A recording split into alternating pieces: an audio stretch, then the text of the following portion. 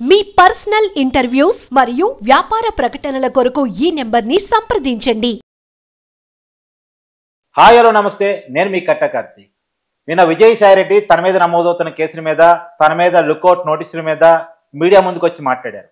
మాట్లాడే క్రమంలో కొద్దిగా మాటలు హద్దు మీరారా అనేటువంటి ఒక చర్చ కూడా సోషల్ మీడియాలో నడుస్తూ ఉంది.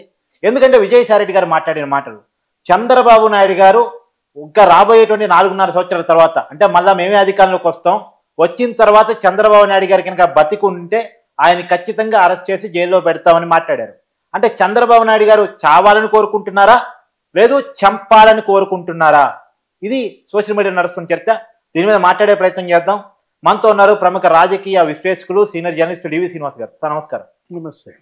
ఏం సార్ నిన్న విజయసాయిరెడ్డి గారు మాట్లాడిన మాటలు చంద్రబాబు నాయుడు గారిని చంపాలని చూస్తున్నారా, చావాలని కోరుకుంటున్నారా? అంటే నిన్న విజయసాయిరెడ్డి మాట్లాడుతూ మేము అధికారంలోకి వస్తాం, అప్పటికి చంద్రబాబు బతుకుంటే ఆయన్ని జైలుకి పంపిస్తా ఉన్నాడు. అంటే చంద్రబాబు బతుకున్నంత వరకు వీళ్ళు అధికారంలోకి రారు. అంటే మేము అధికారంలోకి రాము అని అంత ఖండితంగా చెప్తున్నాడా? మేము అధికారంలోకి వస్తాం, అప్పటికి చంద్రబాబు బతికుంటే అరెస్ట్ చేస్తామంటే అర్థం ఏంటి? చంద్రబాబు బతికుండగా మాకు అధికారం కల్లా అనేది ఒక ధ్రువపడిపోయినట్టు కనపడుతుంది. లేదు, మళ్ళీ మీరు అన్నదే ఏది, ఆయన అసలు భౌతికంగా అంతం చేసే కుట్రలు ఏమన్నా చేస్తున్నారా? ఎందుకంటే గతంలో రాళ్ళదారులు ఉన్నాయి అనేక సార్లు. నాగార్జున యాదవ్ వాళ్ళ టీవీ ఛానల్లో కూర్చొని చంద్రబాబు నాయుడు గారు అప్పుడు దేవుడు వదిలిపెట్టాడు కానీ ఈసారి వదిలిపెట్టడం అని మాట్లాడటం కానీ ఇలా అనేక అంశాలు ఉన్నాయి కదా. ఇప్పుడు ఏది 5 ఏళ్లలో జగన్మోహన్ రెడ్డి ముఖ్యమంత్రిగా అనేక రాళ్ల దాడులు, అవును, యుద్ధం, ఒక రాళ్ల దాడి కాదు, రాళ్ల యుద్ధం అన్నమాట. ఏది నందిగాంలో, లేకపోతే ఎర్రగొండపాలెంలో, విజయవాడలో, అంతేకాదు మనం ఎక్కడ అంగళ్ళులో అయితే అసలు హోరాహోరీగా 100 మంది పైన కేసులు. ఆయన పైనే 307 పెట్టారు. ఆయన్ని చంపడానికి ప్రయత్నించి ఆయనే వీళ్ళని చంపడానికి వచ్చాడు అన్నట్టుగా. అసలు జోగి రమేష్ అయితే అసలు వాళ్ళ ఇంటి మీదకే రౌడీలను వేసుకుని 50-60 వెహికల్స్తో దాడికి వెళ్ళిన పరిస్థితి. ఈరోజు ఇక చంద్రబాబు ఆయన ఉన్నంత వరకు మేము అధికారంలోకి రాము అనేటువంటి భయంతో ఏం జరుగుతోంది? ఏమన్నా సుపారీ మాట్లాడుతున్నారా? మాఫియా గ్యాంగులను ఎవరినన్నా ఎంగేజ్ చేస్తున్నారా? వీళ్ళకి అది అలవాటే. ఏది, మాఫియాలతో వీళ్ళకు ఉన్నటువంటి టచెస్. కానీ ఇప్పుడు సొంత చిన్నాన్ననే ఎలా చంపారో మనం చూసాం. అది డబ్బు కూడా పట్టుబడింది, ఆయుధం కూడా దొరికింది. ఏది, దస్తగిరి అప్రూవర్గా మారినప్పుడు వివేకానంద రెడ్డి హత్య కేసు ఇన్ని లక్షలకి మాట్లాడుకున్నారు. 40 లక్షల్లో ఎంతో అక్కడ అతని దగ్గర పట్టుకున్నారు. దస్తగిరి ఆ కేసులో మనం కళ్ళ ముందు కనపడుతున్నటువంటి పరిస్థితుల్లో పలానా కనిగిరిలో ఆ గొడ్డలు తయారు చేయించామని అవన్నీ అతను చెప్పిన విధానం. ఇప్పుడు ఒకటి, చంద్రబాబు ఆయన యొక్క భద్రత అది ప్రభుత్వం చూసుకుంటుంది, తర్వాత కేంద్ర బలగాలు చూసుకుంటాయి. ఎందుకంటే ఆయన స్పెషల్ ప్రొటెక్షన్ దీంట్లో ఉంటాడు కాబట్టి ఎస్పీజీ. ఇవాళ విజయసాయిరెడ్డి అన్నట్టున్న మాటలు ఏంటి, నా పైన లుకౌట్ నోటీస్ జారీ చేశారనే దానికి ఉలికిపడ్డట్టుగా కనపడతారు. అతను ఏమంటున్నాడు, లుకౌట్ నోటీసుల పైన 21 కేసులు ఉన్నాయి నా మీద లుకౌట్ ఏంటంటాడు. 21 అంటే అదే 12 సిబిఐ, 9 ఈడీ కేసులు, 21 కేసులు నాకుంటే నేను విదేశాలకు వదిలి వెళ్ళాలంటే హైదరాబాద్ సిబిఐ కోర్టు పర్మిషన్ ఇస్తే తప్ప వెళ్ళలేను కదా, నాకు లుకౌట్ ఇవ్వటం ఏంటి అనేది ఇవాళ అతను ఒక పెద్ద $1 మిలియన్ క్వశ్చన్ ఇచ్చాడు. నాకు అదే డౌట్ వచ్చింది. నిన్న మాట్లాడారు కదా, ఏది అసలు లుకౌట్ ఇవ్వటం ఏంటి? కళ్ళ ముందు కనపడుతున్నాడు. కళ్ళ ముందు కనపడుతున్నటువంటి వ్యక్తిని అదుపులో తీసుకోవాలన్నా, అరెస్ట్ చేయాలన్నా లుకౌట్ అవసరం ఏముంది? ఆయన పార్లమెంట్లో ఉన్నాడు, ఆయన నిర్మలా సీతారామన్తో నిన్న మాట్లాడాడు, మొన్న అమిత్ షాతో కలిశాడు. లుకౌట్ ఎవరికి ఇవ్వాలి?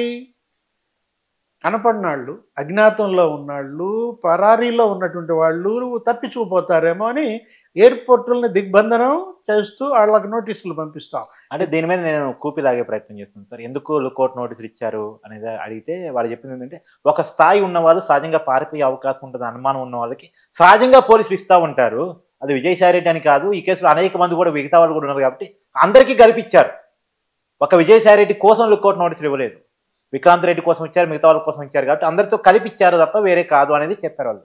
అంటే గతంలో కొంతమంది పారిపోవటానికి ప్రయత్నించారు, అదే, అవును, కొంతమంది పారిపోయారు.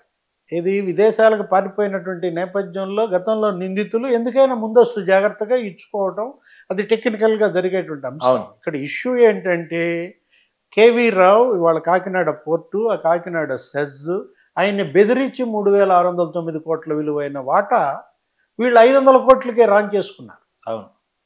2,500 కోట్లు ఏది నీకు ఆ పోర్టు వాటా వాల్యూనే. అవును. అసలు అందులో విజయసాయి రెడ్డి ఆ ఆడిట్ ఏజెన్సీలు అతని బినామీలని ఏది ఆ శ్రీధర్ అండ్ సంతానం ఆడిట్ ఏజెన్సీ కూడా ఇతనే తీసుకొచ్చి దానికి ఏదో ప్రభుత్వం ద్వారా ఇప్పించి అన్ని పోర్టులు మేము పీపీపీ పద్ధతిలో తీసుకున్నాయన్నీ ఆడిట్ చేపిస్తున్నామనేమో బిల్డప్ ఇచ్చారు, మేమో ఇప్పించుకున్నారు. కానీ వీళ్ళు తీసుకున్నది దేనిపైన? కాకినాడ పోర్టు ఒక్కటే. మొదటి నుంచి కూడా అది లాభాల్లో ఉంది. ఆ లాభాల్లో ఉన్న పోర్టు పైన వీళ్ళు కన్నేశారు. నీకు ఏడాదికి ఎంత లాభం వస్తుంది? 400 కోట్ల నుంచి 600 కోట్ల వరకు లాభం వస్తున్న దాంట్లో వీళ్ళేంటి ఒక ఏడాది లాభం ఇచ్చేసి పోర్టే రాన్ చేసుకున్నారా? అదేనిచ్చారా? 400 కోట్లు. ఇప్పుడు వాళ్ళు ఏమంటారు, మేము ఇచ్చిన 494 కోట్లు కేవీ రావు ఆయనకి ఇష్టం లేకపోతే మరి వేరే వాటిల్లో ఎందుకు పెట్టుబడి పెట్టాడు అంటాడు. అంటే ఇప్పుడు వచ్చిన డబ్బు అది వేరే వాటిలో ఇన్వెస్ట్ చేయటం అనేది వ్యాపారి ధర్మం. యాక్చువల్గా అయితే అసలు ఆయన ఇక్కడ లేడు. దీనికోసం ఆయన అమెరికా నుంచి బలవంతంగా రప్పించారు. ఏది? సంతకాలు పెట్టించడం కోసం. ఆ సంతకాలు పెట్టించేటప్పుడు అసలు ఏం జరిగింది, ఎవరెవరు ఉన్నారు, ఎక్కడ పెట్టించారు ఆ సంతకాలు, అది సీఎంఓ తాడేపల్లిలో జరిగిందా? ఎందుకంటే తాడేపల్లి సీఎం ఆఫీస్ అది అసలు ఒక పెద్ద సెటిల్మెంట్ అడ్డాగా మారిందని మనం గతంలో చూసాం. ఏది ఆ జిత్వాని ఆ కేసు విషయంలో కూడా అక్కడ ఐపీఎస్లను కూడా పిలిపించామని కిడ్నాప్ చేయమని జగన్మోహన్ రెడ్డి ఆయన యొక్క సీఎం ఆఫీస్ ఆ రోజు ఎలా హద్దు మీరిందో మనకు అక్కడ కనపడుతున్న నేపథ్యంలో సేమ్ ఇన్సిడెంట్ కేవీ రావు పైన కూడా మ్యాన్ హ్యాండ్లింగ్ చేశారంటున్నారు. ఆయన కొట్టారా, ఆయన ఏదో గన్ చూపించి బెదిరించారంటున్నారు పాయింట్ బ్లాంక్లో. ఇలా ఎంతమంది పైన వీళ్ళు బెదిరింపులు చేసి వాళ్ళ వైన్ షాపులో లేకపోతే వాళ్ళ హోటల్స్, డిస్టిలరీలు, ప్రాజెక్టులు, మొత్తం గనులు, భూములు వీళ్ళు కబ్జా చేసిన దానిపైన ఇవాళ ప్రత్యేకంగా ఒక సిట్ వేస్తున్నారు. ఒక ప్రత్యేక దర్యాప్తు సంస్థని ఈ 5 ఏళ్ళు జగన్మోహన్ రెడ్డి ఆయన బినామీలు ఎవరెవరి దగ్గర ఎంతెంత బెదిరించి ఆస్తులు రాంచుకున్నారనే దానిపైన ప్రత్యేక దర్యాప్తు బృందం వేస్తున్నటువంటి నేపథ్యంలో కూష్మాండాలు కదులుతున్నాయి. అంటే మేమెటు జైళ్ళకి వెళ్లాల్సి వస్తుందని బెదిరిస్తున్నారా? నిన్నటి విజయసాయి రెడ్డి మాటలు ఒక బెదిరింపు ధోరణితో కనపడుతున్నాయి. రాబోయే అధికారం మాదే అంటే మొన్న జగన్మోహన్ రెడ్డి అదే చెప్తున్నాడు. అంటే ఏంటి, ఇక్కడ ఉన్నటువంటి అధికారుల్ని బెదిరిస్తున్నట్టుగా మనకు కనపడుతుంది. మళ్ళా వచ్చేది మేమే, జాగ్రత్త, మీకు మంచి పోస్టులు కావాలంటే మాతో మీరు సరిగ్గా ఉండండి అన్నట్టుగా. ఈరోజు ఇవాళ కేంద్ర రాష్ట్ర ప్రభుత్వాలు రెండూ కూడా దీనిపైన ఉక్కుపాదం మోపుతున్నాయి. ఏది? బెదిరించి ఆస్తులు లాక్కోవటం అనేది అసలు దేశ చరిత్రలో గతంలో మనం ఎప్పుడూ చూడలేదు. అవును. ఇంత పెద్ద ఎత్తున భూములు 14 లక్షల ఎకరాల భూములు వీళ్ళు కబ్జాలు ఆక్రమణలు చేశారంటే ఇవాళ 1,70,000 ఫిర్యాదులు ఒక భూ సమస్యల మీద వచ్చినాయి అంటే ఎంత పెద్ద ఎత్తున 5 ఏళ్లలో ఒక మాఫియా రాజ్ ఏలిందో మనకు కనపడుతుంది. ఇప్పుడు కోర్టులు కూడా కన్నెర్ర చేస్తున్నాయి. ఇవాళ విక్రాంత్ రెడ్డి ఈ కేసులో A1 ఇది విజయసాయి రెడ్డి కేసులో ఇప్పుడు A1 సుబ్బారెడ్డి కొడుకు ఇవాళ బెయిల్కి వెళ్తే హైకోర్టు నిర్ద్వందంగా పక్కన పడేసింది. అంటే ఏంటి, ఇట్లాంటి కేసుల్లో, ఈ సోషల్ మీడియా కేసుల్లో, లేకపోతే ఈ కబ్జాల్లో, ఈ మాఫియా, ఈ అరాచకాల్లో అసలు కనీసం క్వాష్ పిటిషన్లు కానీ ముందస్తు బెయిల్ ఇవ్వడానికి కూడా ఇవాళ కోర్టులు సిద్ధంగా లేవంటే న్యాయమూర్తులే బాధితులు కదా. అవును. ఇప్పుడు విజయసాయి రెడ్డి న్యాయమూర్తులను కూడా బెదిరించాడు కదా, జడ్జీలను కూడా బెదిరించాడు కదా. జడ్జీల పైన పోస్టులు పెట్టిన వాళ్ళల్లో విజయసాయి రెడ్డి ఉన్నాడు. సార్ ఇంకోటి సార్, ఇప్పుడు ఆ మాట్లాడే మాట కూడా వయసు మీద మాట్లాడాడు, తర్వాత మతి మందగించింది అని మాట్లాడాడు. ఏంటి ఒక సీఎంగా ఉన్న వ్యక్తి మీద అలా మాట్లాడతారా? అంటే ఆ నోటిగా అడ్డు అదుపు ఎక్కడుంది? అంటే ఇప్పుడు ఇన్ని కేసులు నడుస్తున్నాయి, ఎలా మాట్లాడాలని చర్చ నడుస్తుంది. మీలాంటి వాళ్ళు అనేక మంది మాట్లాడే విధానం మీద చాలా కంప్లైంట్స్ చేస్తున్నారు. ఇంకా మారకపోతే ఎలా? అంటే ఒకవైపు భయం కనపడుతుంది. ఏది? ఆ భయంతో కూడినటువంటి బరితెగింపు ద్వారా వచ్చిన మాటలు ఇవి. ఇవాళ ఏమంటాడు, నా మీద 21 కేసులు ఉన్నాయి, నేను బయటికి విదేశాలకు వెళ్ళాలంటే హైకోర్టు పర్మిషన్ ఇస్తేనే నేను వెళ్ళాలి, సిబిఐ కోర్టు హైదరాబాద్ పర్మిషన్తోనే వెళ్ళాలంటాడు. మళ్ళీ నా ఇమేజ్, నా యొక్క రెప్యుటేషన్ దెబ్బతీశారంటాడు.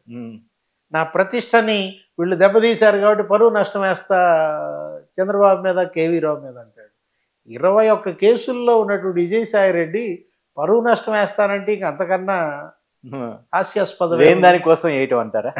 ఇప్పుడు పరువు ఉంటే పరువు నష్టం దావా వేస్తారు. రేవంత్ రెడ్డి ఎక్కడో ఒక చిన్న వీడియో చూస్తా, ఏది తెలంగాణ వాళ్ళు కూడా కేటీఆర్ లాంటి వాళ్ళు ఎవరో పరువు నష్టం వేస్తానో ఏదో వేశారో, దీంట్లో రేవంత్ రెడ్డి మాటలు, ఏది అసలు నీకు పరువు ఉంటే కదా పరువు నష్టం వేయటానికి ఆయన చేసిన ఎగతాళి. ఇవాళ Jaganmohan Reddy video, Vijayasai Reddy video cut చేసి వేస్తున్న విధానం. ఎందుకంటే మీ ఇమేజ్ ఏంటి? మీ ఇమేజ్ చెంచల్గూడ జైల్లో 16 నెలలు జైలు శిక్ష. మీ ఇమేజ్ తప్పుడు ఆడిట్ రిపోర్టుల ద్వారా ఇవాళ చెన్నై కోర్టులో మీ అసోసియేషనే మీ మీద వేసిన case. Vijayasai Reddy image, Vijayasai Reddy reputation ఇవాళ చార్టెడ్ అకౌంటెంట్స్ని అడిగితే చెప్తారు, లేకపోతే ఆ జైల్ మేట్స్ని అడిగితే చెబుతారు. Thank you sir, thank you so much.